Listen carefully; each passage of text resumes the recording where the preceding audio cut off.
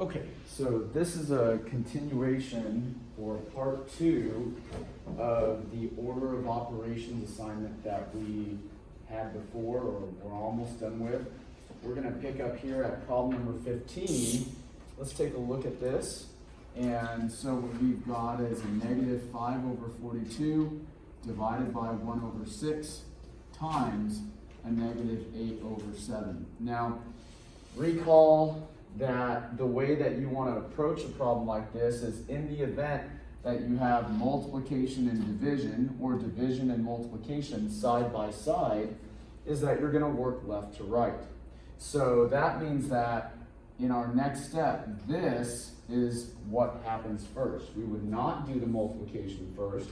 We would do the division because since they are side by side, right next to each other, what happens first is whatever comes first, left to right.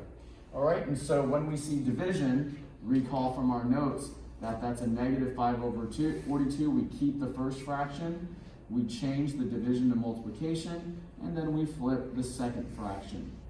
So that is the first step in our actual division. Then from there, like we discussed, we would continue onward and we would cancel simplify as necessary. Well, 5 and 1, we can't do anything there, but we can do something with 6 and 42. Namely, we can divide both of them by 6. We can simplify both of them by 6. We can divide both of them by 6. So 6 divided by 6 is 1, and 42 divided by 6 is 7.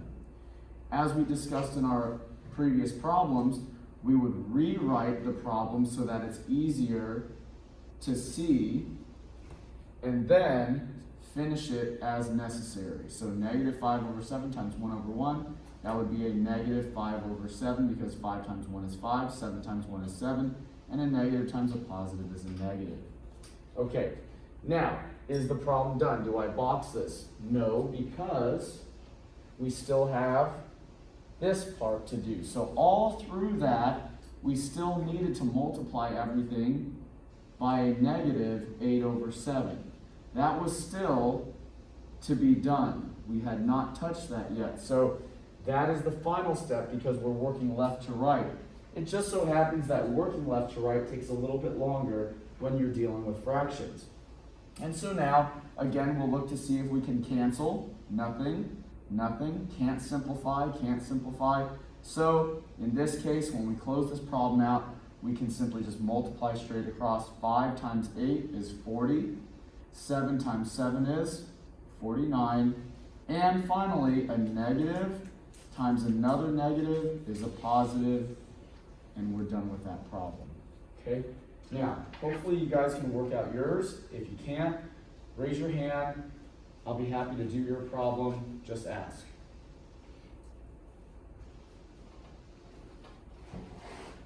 Any questions about it? Any questions about your problem at all? Anything? Anything I can help you with? Please let me know. These can definitely be tricky. There's a lot to each problem, so please ask if you have questions.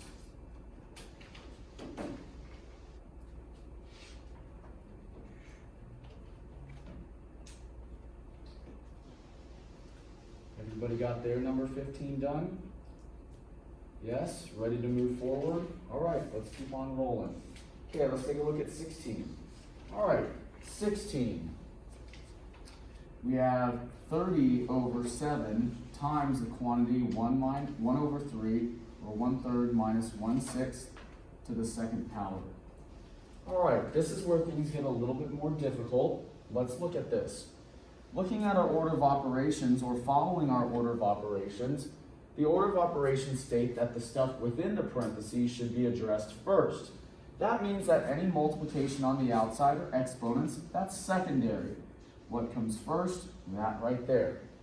So what I would do is I would go work this problem first and ignore everything else and just bring it along for the ride. Well, this is a very different problem than this. Why? Because this is subtraction. And this is division, which becomes multiplication.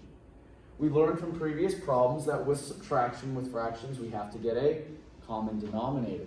And when we get a common denominator, that means that you got to look at the denominators and see if one can become the other or if both have to be adjusted. Thankfully, only one of them needs to be changed. So 3 can become a 6 if we multiply it by 2. And what we do to the denominator, we have to do to the numerator. So that's going to be 2 over 6 minus 1 over 6. Okay. Now, from there, we simply complete the subtraction. 2 over 6 minus 1 over 6. 2 minus 1 is 1 over 6. And we are now done with that first step. And I'm just going to carry everything forward like we were supposed to. We didn't touch any of this other stuff because what we first had to do was take care of the addition and subtraction. Any questions about the addition subtraction at all? Anything I can help you with? This is a pretty basic problem given what we had last class. Pretty straightforward.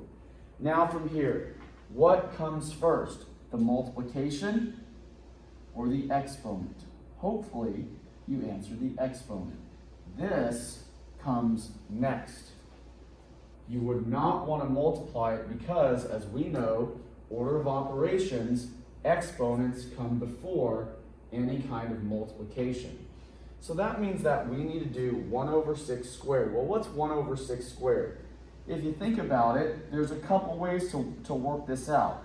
The first way is to look at it as 1 over 6 times another 1 over 6. Isn't that the same thing? Let me write this a little bit nicer. So 1 over 6 times another 1 over 6. As a regular multiplication problem, that would be 1 times 1, which is 1, 6 times 6, which is 36. So that's certainly one way to do this one. An alternative way to do it is to simply look at this way. What's 1 squared? Well, that's 1. What's 6 squared? That's 36. And so it gives you the same thing. So you can distribute the exponent into the numerator or denominator. Either way, you end up with the same answer of 1 over 36.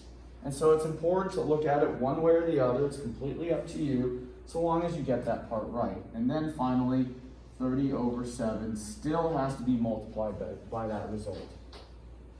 Any questions about why we did the exponent, how we did the exponent?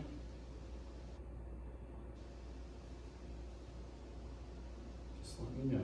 Any questions? All right, now, question? Good? Okay. Multiplication. Just like we had to go and multiply here, we have another multiplication problem here. Look to see if you can cancel or simplify. Simplify, simplify, cancel, cancel. Can we do any of that? Well, not between the 1 and the 7, but yes, between the 30 and the 36. We can divide 30 and 36 by something to help us reduce both of those numbers significantly so we don't have to work with large numbers. That's the whole point. We want to try to avoid multiplying 7 and 36 if we can help it. What is the number we can divide them by? 2, that works. 3, that works. 6 is best. Try to always divide by the largest possible number. So what's 30 divided by 6? 5. What's 36 divided by 6? 6. So what did I do there? I did what we did in previous problems. I looked for the greatest common factor, greatest common number, greatest number that both of these numbers could be divided by. I realized that they could both be divided by 6. So I divided them by 6. Let's rewrite the problem like we normally do. 5 over 7 times 1 over 6. So I always rewrite the problem because if I don't, it looks a little bit confusing here. So it just saves me or minimizes the chance of making a mistake. And now finally, I can go and multiply. 5 times 1 is 5, and 7 times 6 is 42.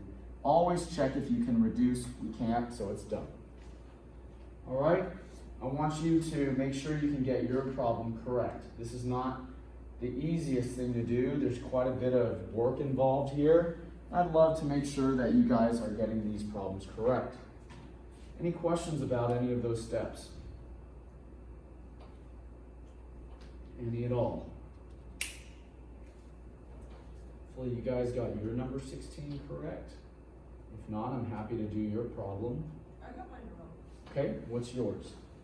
Okay, so 8 over 7. 8 over 7? Mm-hmm. Okay. And then 1 over 2 minus 1 over 4. Okay.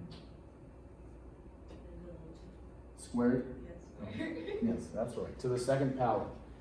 All right, let's work this together. And you know what I'm going to do is I'm gonna label all of my steps so that you guys can see that I am consistently working the problem in the same general format procedure every time. Okay? What was the first step? Yeah, the in the parentheses. Yes, you got it. We got to work the stuff in the parentheses. And so since that's addition, subtraction, we need to look for a? You need to make the denominator the same. You got to make the denominators the same. What is the number that they need to be in the denominator? 4. So does that mean we need to change both of these or just one? Just one. Which one? The first one. The first one. What does the 2 need to be multiplied by or changed by to make the 4? 2. You got it. So we're going to multiply the denominator by 2 and you got it. Great job. So there's the first step.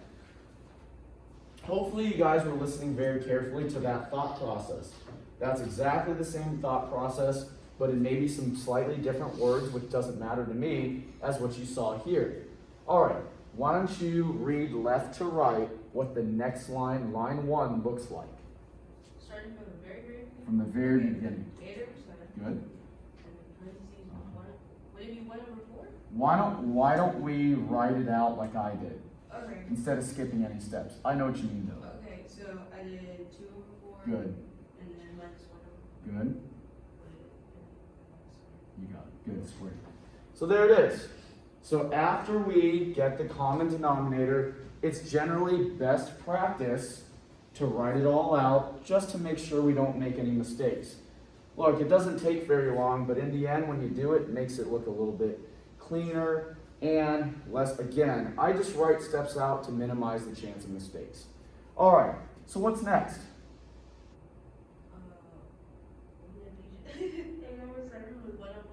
Yeah, exactly. So we're gonna, that's fine. No, that's great. And that's why I want to go slowly because other people are probably following along. So let's go ahead and write that 8 over 7 times 1 over 4 because you actually subtracted them to the second power. Great. Any questions about that at all? Notice the consistency line by line through my problem and hers. Okay? So do we multiply these? No. You got it. We need to do the squared. So which one of these did you want to do? This option? I did the first one. You did the first one. You wrote it out completely. That's fine. So you did 1 over 4 times 1 over 4, which is? 1 over 16. You got it. Good job. So 1 over 16 is what 1/4 squared becomes. Why don't you read to me the third line left to right? Okay. Okay, would it be 8 over, wait no. I would already, okay, 8 over 7 times 1 over 16. You got it. That's it. And then you mark out the 8 and the 16, because it can go in there That's 4 right. times. So it's, So this I may. marked out the 8 and I put it 2, and then I marked out the 16 and I put it 4. Okay, that's great. That's fine. So you realize that they were both divisible by 4. So 8 divided by 4 is 2. 16 divided by 4 is 4. Now, are you done? Could you have canceled more? That's what I did. There you go. So how much more can we cancel them by? You can go by 2 again. And 2 becomes, 1, and 4 becomes 2. good. It's actually very good that this happened. I would have immediately jumped and realized that it was 8, right?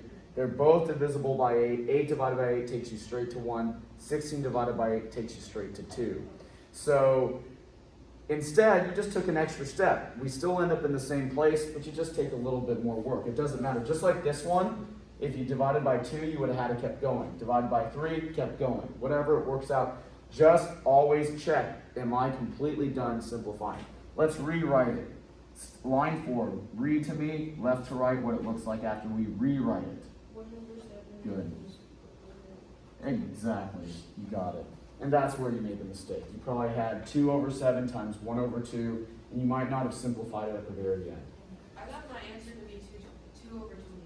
Yeah, and that's all you had to do. If 2 over 28, doesn't that reduce to 1/14? Yeah, and that was it. Okay? Does that make sense, everybody? Okay, any good problem? Any other questions about that? Hopefully that helped you quite a bit in seeing a example that followed the same general rules as we had before. Good? Okay. Any questions? Other questions about that? All right, great. Let's move on. All right, let's take a look at 17.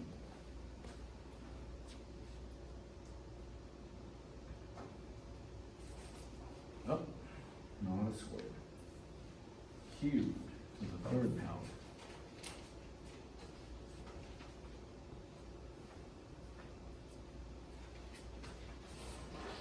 Okay, let's take a look at this one. So my first question for you, you don't have to answer it out loud, would be, what happens first? Is it the multiplication? Is it the power? Is it some kind of subtraction? I hope that you realize that it's the power part. Hopefully you recognize it's the exponent. It's not any multiplication, and it's certainly not any subtraction. So in your very first step, you want to address this exponent. Well, again, there's two ways to look at this exponent. 1/3 times 1/3 times 1/3. Multiply it by itself 3 times. That's one way to look at it, and so that would be a 1 over 27. How do I know that? Because 1 times 1 times 1 is 1. And 3 times 3 times 3 is 27. So that's one way to know that. The other way is, like I said before, is to take that exponent and drop it in there like this. What's 1 to the 3rd power? 1 times 1 times 1, which is 1. What's 3 to the 3rd power? 3 times 3 times 3, which is 27. Are you essentially doing the same thing? Sure you are. You're just thinking about it a little bit differently, that's all. But you are doing the same exact thought process, just in a different form.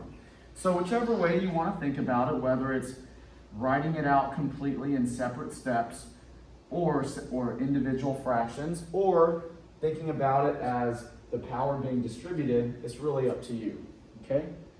Any questions about that very first step? We okay? All right. Now, what happens next? Multiplication or some kind of subtraction? I hope you're thinking the multiplication. That is what has to come next.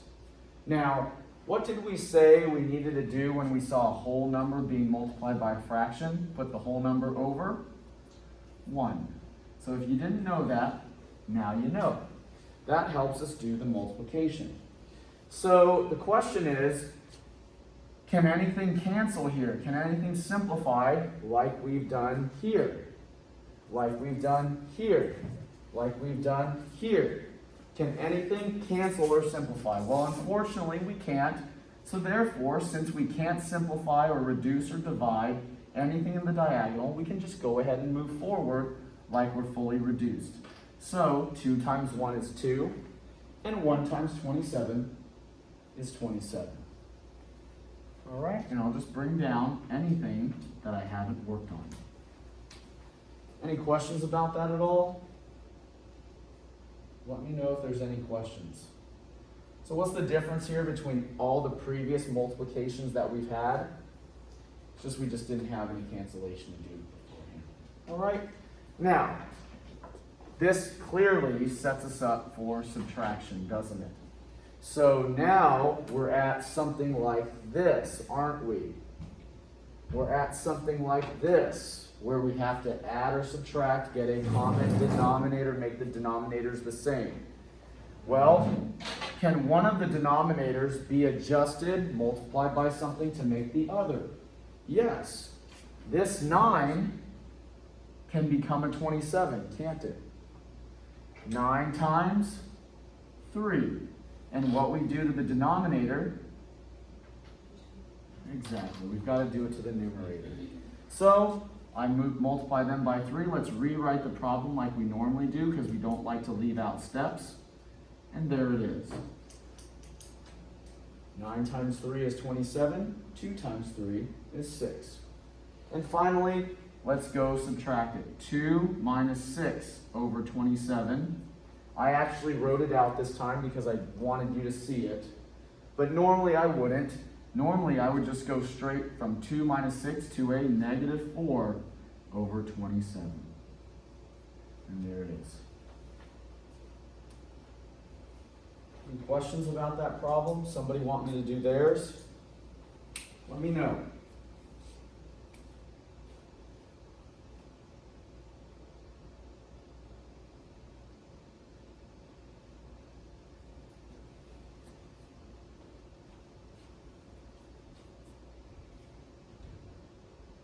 Any questions at all? Any questions? Anything I can help you with on your problem?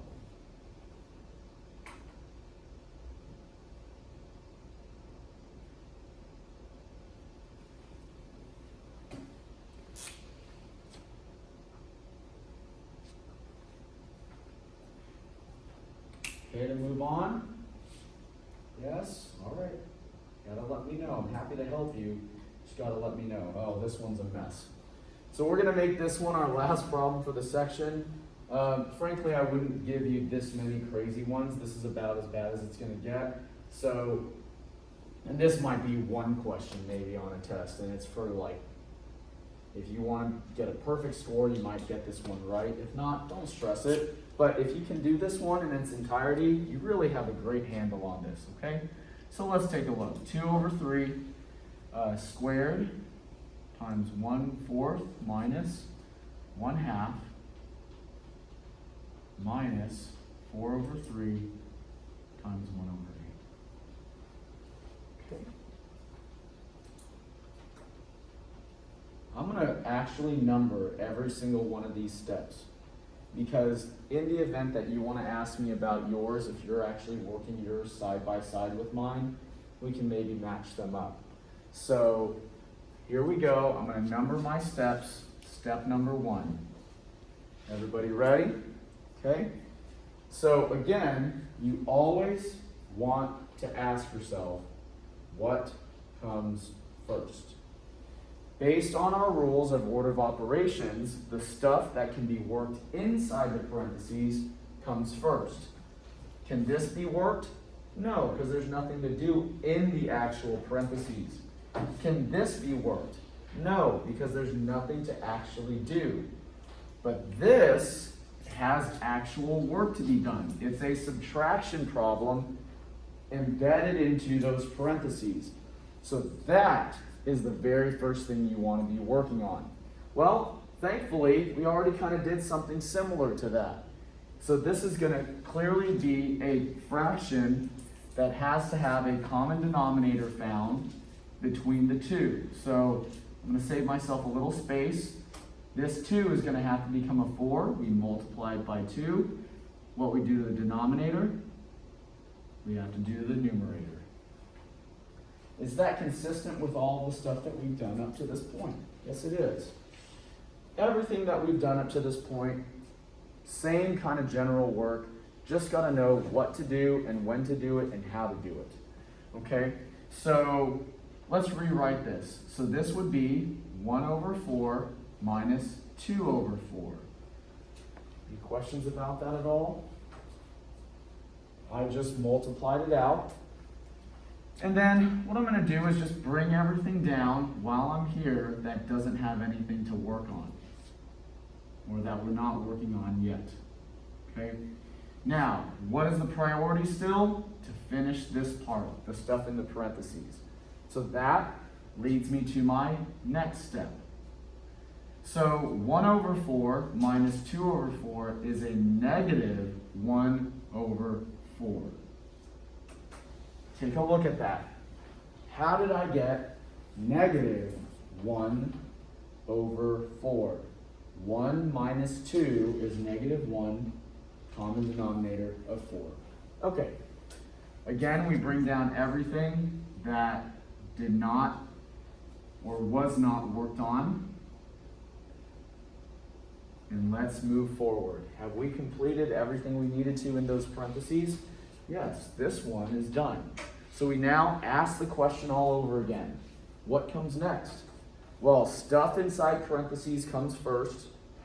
What happens after stuff in parentheses? Exponents. Any exponents? Yes, right here. So that alone is all you got to focus on. That's it. So let's take a look at that one. And in order to answer this one, let's write it down over here like we have been. 2/3 times 2/3, which is 4/9. How did I get 4/9? Because 2 times 2 is 4. And 3 times 3 is 9. So in step number 3, what have we accomplished? This becomes 4 over 9 times, and bring everything down that did not get worked on, that will eventually get worked on. Okay, any questions about that at all? You doing okay? I'm going to pause for a moment. Let me know if you have any questions.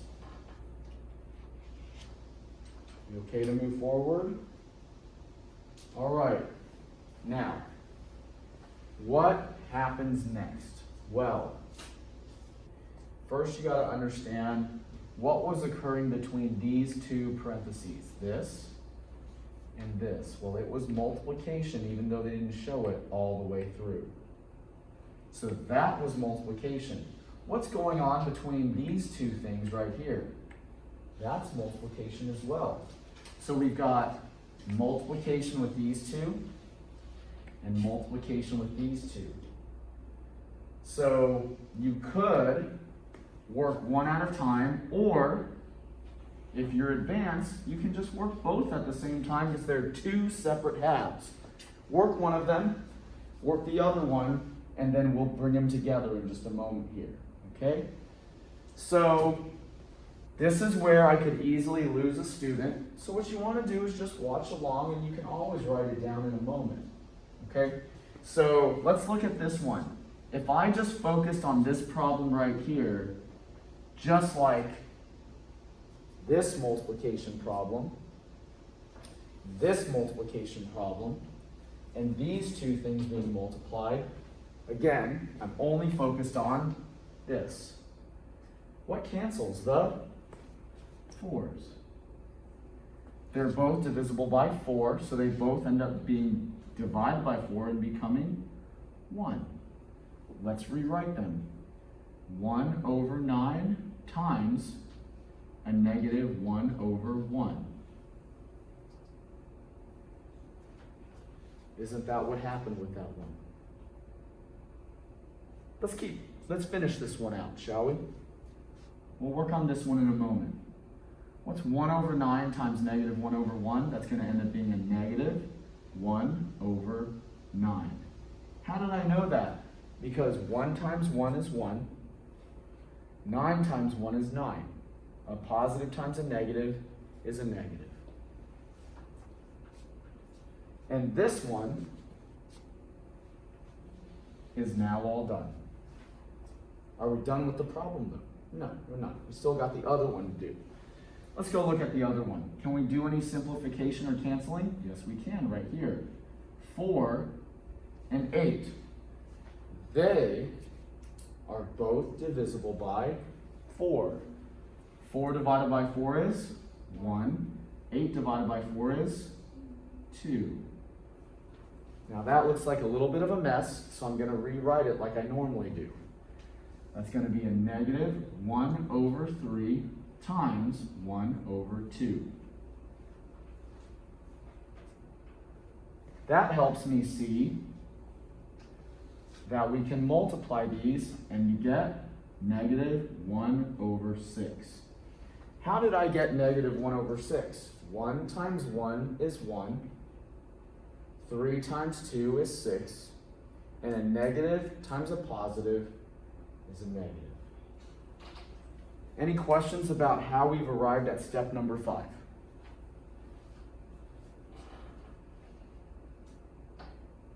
Please ask. I'm stuck on that second partition, but for like my question. For yours? Yeah.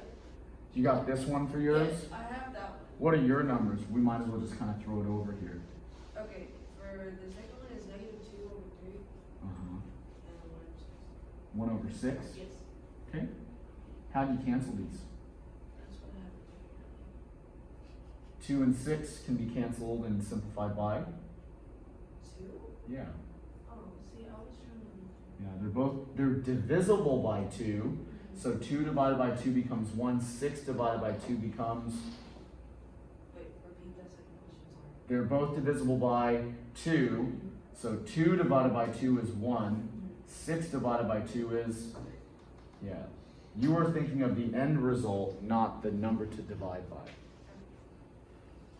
right, I'm going to erase this now that you got it. Yes? Yes. Okay. All right. Any other questions? All right. Are we done? Not quite, because we actually have a subtraction problem to do. This is negative 1 over 9 minus 1 over 6. Negative 1 over 9 minus 1 over 6. Now, how do we know this is a subtraction between the two problems? Because originally it was subtraction. It was all this minus this. So that's how we knew that we have to subtract these. Now, this part, if you got this far, is a huge accomplishment. But at this point, you can still get messed up.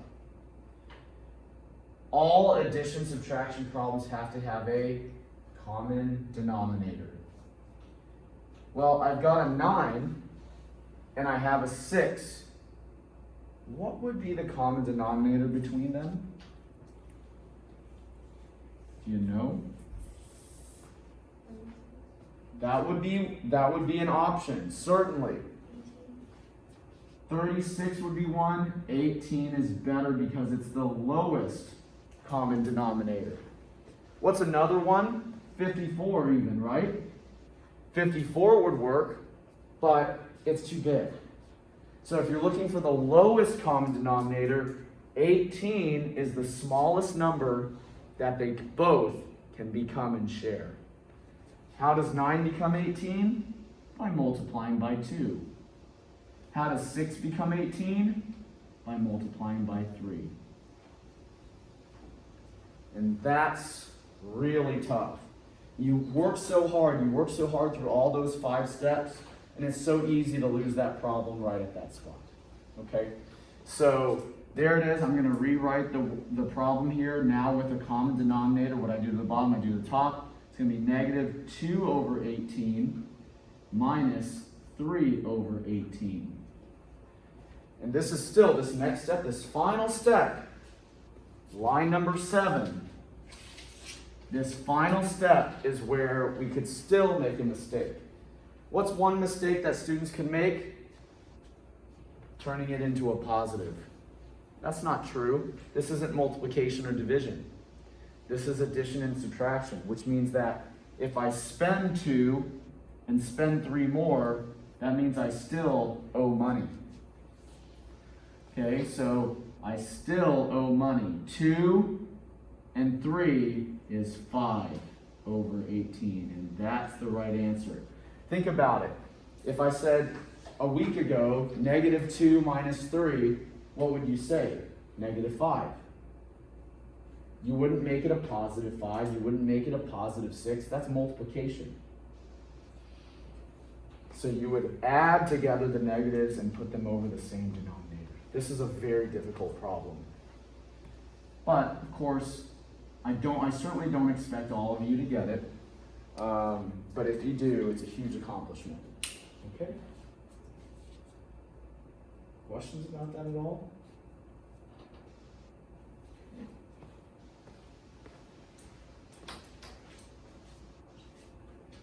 Anybody want me to do theirs? I'm just confused about the how do you do multiplication over 3 and 2? Okay, so this is getting a common denominator. You agree that 18 is the common denominator? Okay. How does 9 become the common denominator of 18? What I do to the bottom, I gotta do to the top. How does 6 become that agreed upon denominator? Exactly. So we are trying to turn the 9 into an 18, the 6 into an 18. Whatever the 9 has to do to become an 18, the numerator has to get. Whatever the 6 has to do, in this case times 3, to become an 18, the numerator has to get. And then I would go back, refresh part 1 of this lecture, because there were a lot of these in part 1. Okay, other questions? Okay. All right. Okay, well, that's it for that section.